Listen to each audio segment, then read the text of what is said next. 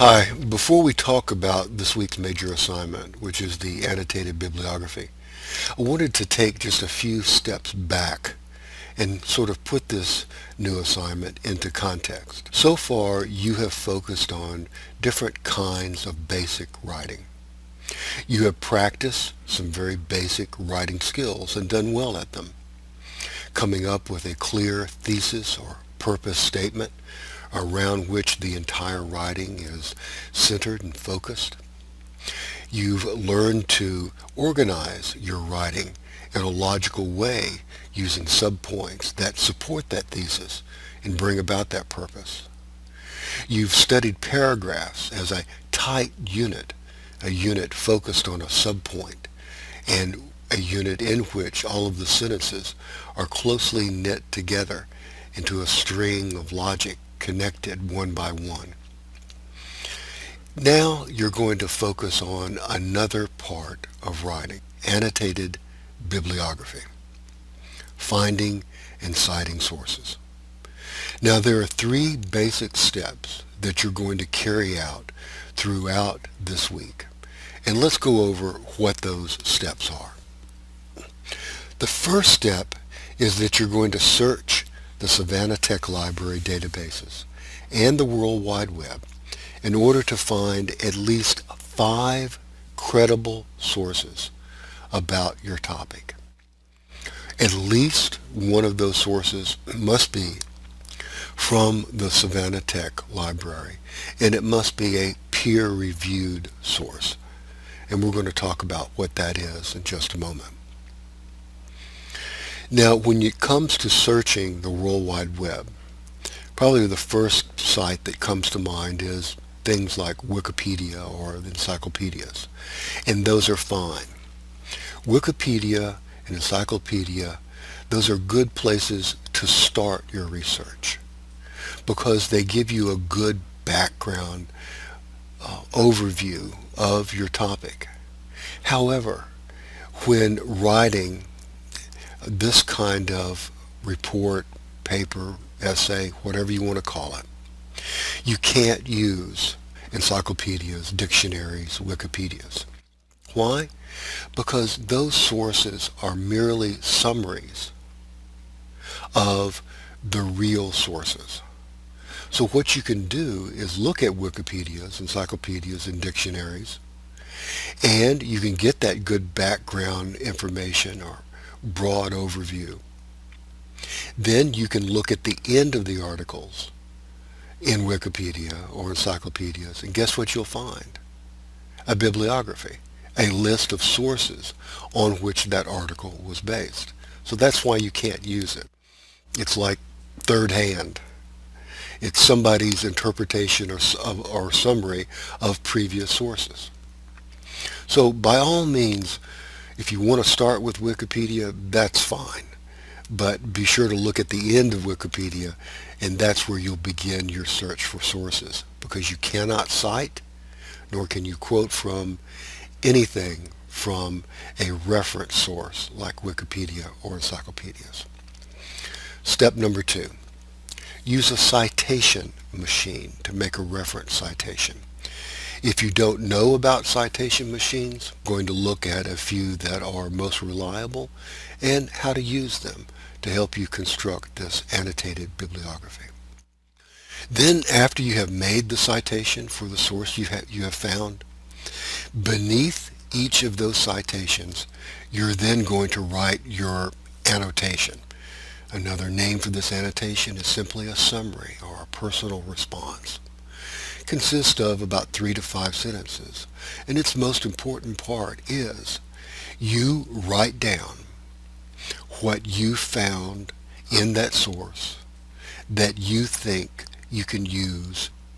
So what you're looking for in these sources is information, facts, quotations, statistics, examples that help support what you've already written about. So you ask yourself questions like, what did you find in the article that you can use, and in what way are you going to use it? this is a fact that supports our opinion, or this is a good new major point that I have discovered that I'm going to add as a paragraph in my essay. Now, the proper formatting for these steps can be found in the model response. Here is a model response. Let me kind of shrink this down so that you'll see the scope of it. As you can see, it's really only one page, these 5 references. Now, pumping it back up, at the top of the page, depending upon the style you're using, is going to come a word like references if you're using APA, or if you're using MLA, that same list is called works cited.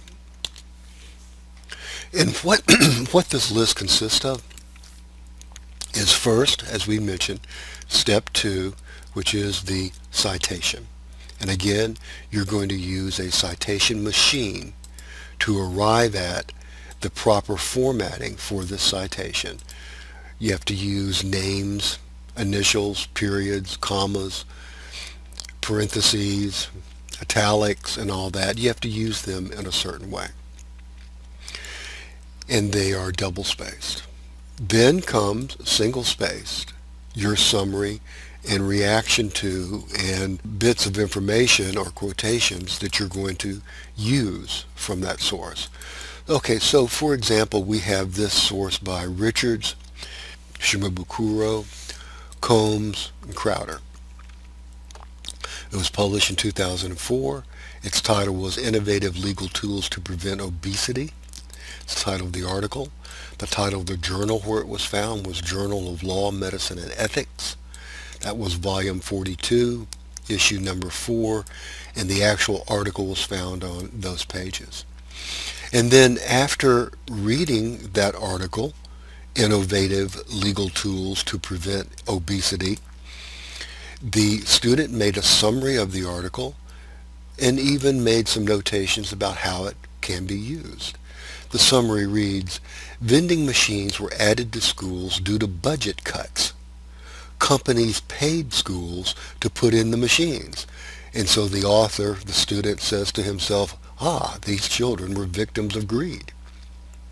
Studies have shown that these machines cause students to get into the habit of eating constantly, making them more likely to become obese. So clearly this student is writing about one of the topics that you were given at the beginning of the course, childhood obesity, soda and snack machines should be banned from public schools, and is coming up with information that is clearly supporting that position. Here is the student's second source. It is Seo and Lee, published in 2012.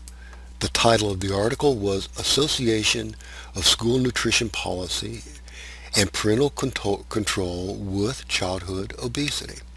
It was published in the Journal of School Health, volume 82, issue 6, pages 285 to 293, and it was retrieved with this DOI, Digital Object Identifier.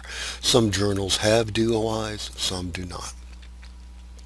And here is the summary and possible use. Along with the rise of obese children has been an increase in children with major health problems. And notice that the student has pulled out a quote that the student wants to use.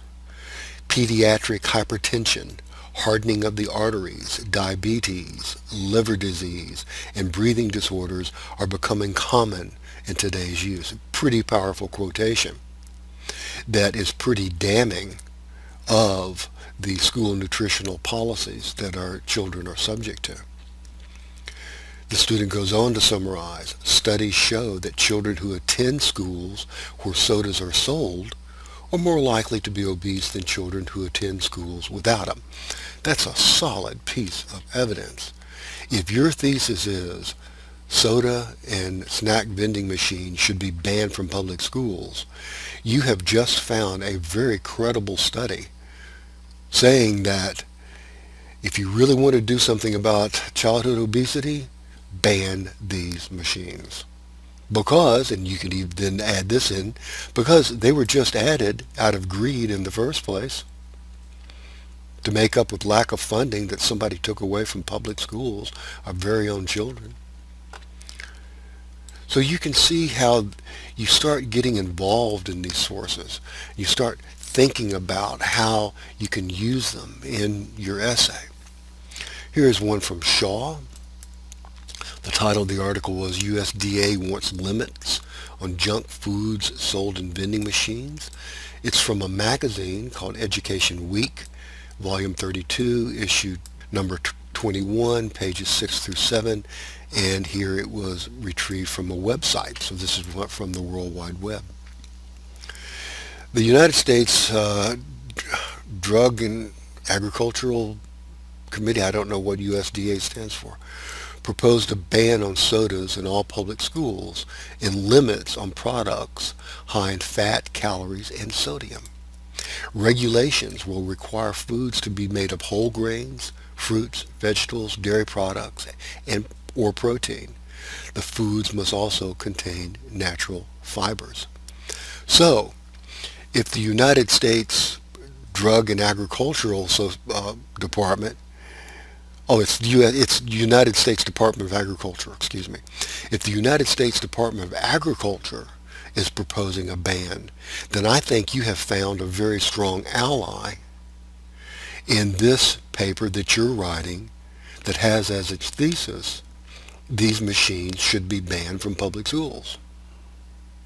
You have just found a very strong support that you can add to your argument. So that's how it goes.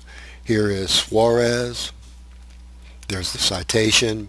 Here we see only a two-sentence summary, which is fine. It's simply bringing in the results that the student thinks he or she can use. Study on vending machines in public schools. Colon. Here's what the studies found. Notice how it's not even written in complete sentences. That's because it's for your use only. Obesity in adolescents has seen a four-fold increase in the last 4 decades. Studies show that overweight children are most likely to be overweight as adults. So you want to know why America is the fattest country in the world? There you see it right there. It comes from these vending machines. So there's a very strong argument about banning these vending machines in schools. So you see how it all ties together. Now the last thing I want to talk about is the difference between peer-reviewed and non-peer-reviewed sources. Here's the deal on peer-reviewed. A peer-reviewed source is found in what is called a journal as opposed to a magazine. A magazine has advertising in it and thus is beholden in what it prints to those advertisers. A magazine is written by staff writers, not by experts.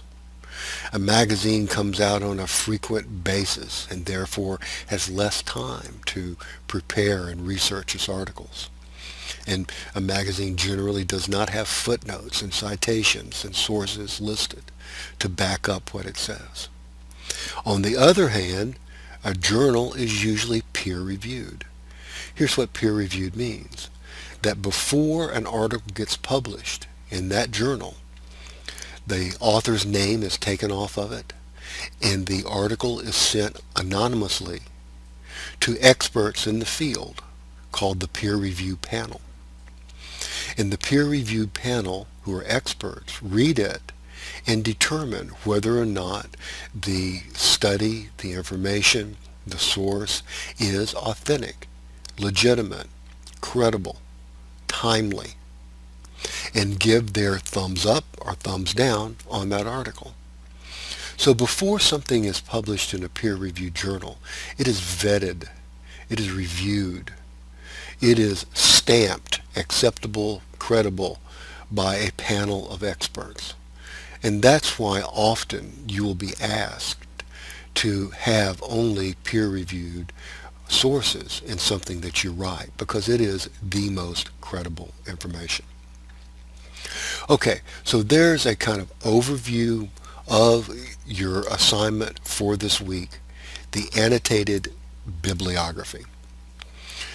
Now that you have this overview, We're going to break it down step by step, these steps that you see right here, and I'm going to give you video help and other kinds of help to complete each